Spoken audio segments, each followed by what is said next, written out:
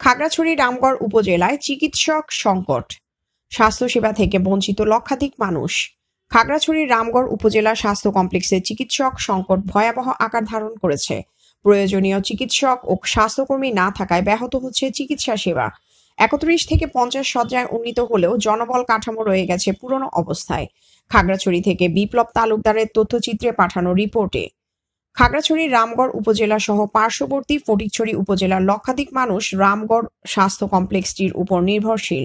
তবে সীমান্তবর্তী এই উপজেলা স্বাস্থ্য কমপ্লেক্সটি চলছে খুঁড়িয়ে খুঁড়িয়ে।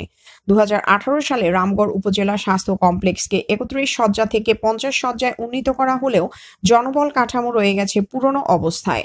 বর্তমানে এখানে ১৩ জন চিকিৎসকের বিপরীতে কর্মরত রয়েছেন মাত্র ৩ জন চিকিৎসক। হাসপাতালের মেডিসিন, সার্জারি, চক্ষু, অর্থোপেডিক এবং চর্মরোগ বিভাগে কোনো বিশেষজ্ঞ চিকিৎসক নেই। ফলে সাধারণ চিকিৎসা সেবা তো দূরের কথা, জটিল রোগের চিকিৎসার কোনো সুযোগও এখানে নেই।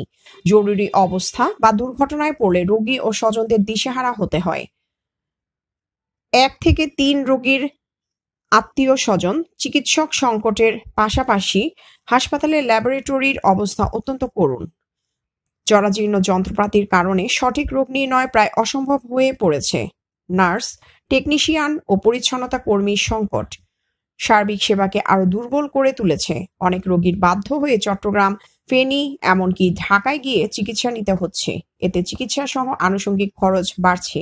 বিশেষ করে গরিব ও মধ্যবিত্ত মানুষের জন্য এ চাপ ভয়াবহ আকার ধারণ করেছে। ABM মোজাম্মেল হক, উপজেলা স্বাস্থ্য ও পরিবার পরিকল্পনা কর্মকর্তা, রামগড়। ২০১৮ সালে রামগড় উপজেলা স্বাস্থ্য কমপ্লেক্সকে ৩১ শয্যা থেকে ৫০ শয্যায় উন্নীত করা হয়। একটি কার্যকর, পূর্ণাঙ্গ ও জনবান্ধব স্বাস্থ্যসেবা নিশ্চিতে সরকার দ্রুত ব্যবস্থা নিবে, এমনটাই প্রত্যাশা স্থানীয়দের।